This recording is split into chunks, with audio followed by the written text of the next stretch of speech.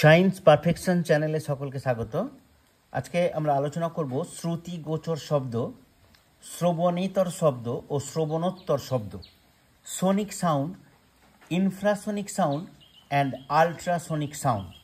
শ্রুতিগোচর শব্দ sonic sound, কোনো শব্দ উৎসের কম্পন সেকেন্ডে 20 থেকে 20,000 বার হলে তা থেকে উৎপন্ন শব্দকে শ্রুতিগোচর শব্দ বলে। এই শব্দকে আমরা শুনতে পাই, এর কম্পাঙ্ক 20 হার্জ থেকে 20,000 হার্জ।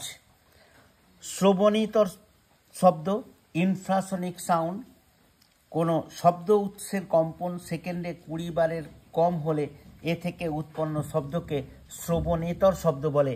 এই শব্দকে আমরা শুনতে পাই না, এর কম্পাঙ্ক 20 হার্জের থেকে কম। শ্রবণোত্তর শব্দ আলট্রাসোনিক সাউন্ড, কোনো শব্দ উৎসের কম্পন সেকেন্ডে 20,000 বারের বেশি হলে তা থেকে উৎপন্ন শব্দকে শ্রবণোত্তর শব্দ বলে। এই শব্দকেও আমরা শুনতে পাই না, এর কম্পাঙ্ক 20,000 হার্জ থেকে বেশি হয়। আজকে এই পর্যন্তই। আমার ক্লাসটা শোনার জন্য সকলকে ধন্যবাদ।